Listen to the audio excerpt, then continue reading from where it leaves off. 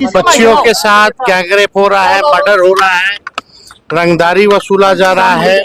पूरे तरीके से अपराध जो है चरम सीमा पर है।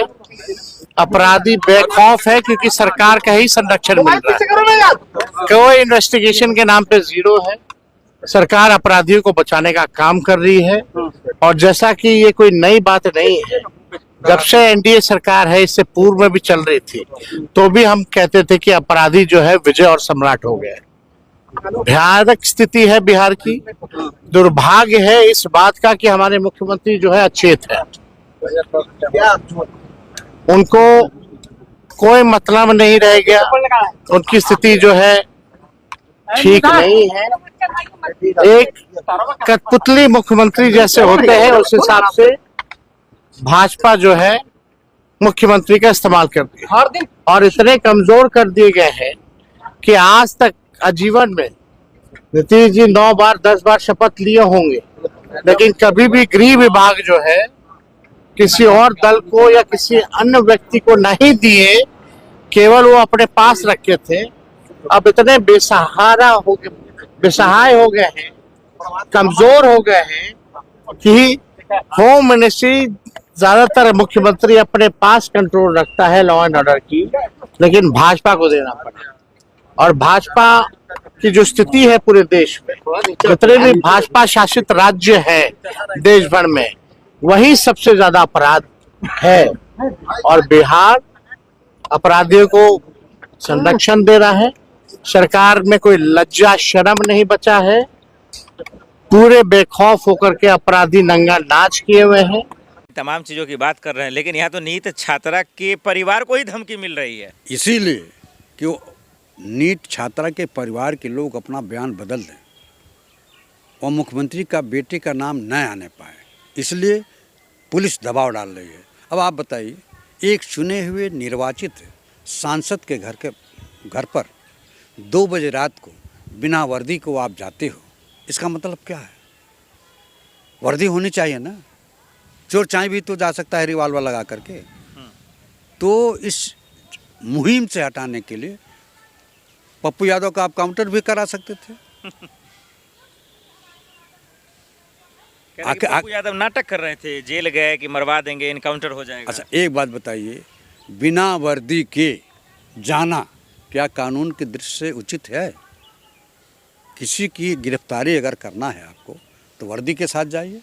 पप्पू यादव ने प्रेस कॉन्फ्रेंस किया, बजप्ता नाम भी ले रहे हैं, कोई संजय भी है, कोई गुप्ता है, लेकिन गिरफ्तारी नहीं हो रही है। इसको क्या देखा जाए? एक आप पिता भी समान है उस बच्ची के, मैं भाई समान हूँ। एक बेबसी सा क्यों महसूस कराया जा रहा है रहते हुए? देखिए, बिहार में कानून नाम की कोई चीज़ नहीं है।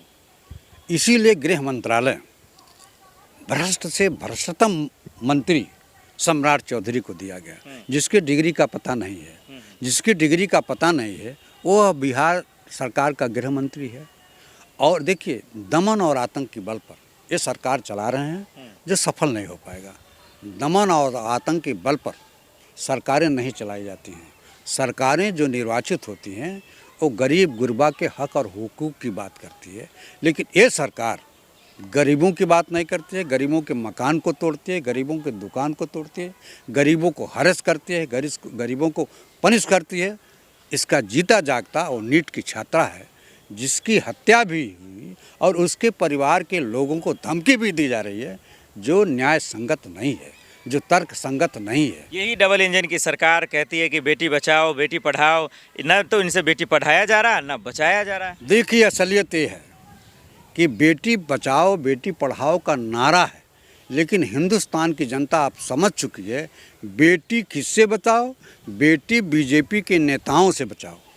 आप हर जगह देखते हैं कहीं न कहीं बलात्कार के मामले में भारतीय जनता पार्टी का नेता ही आखिर में क्यों पकड़ा जा रहा है?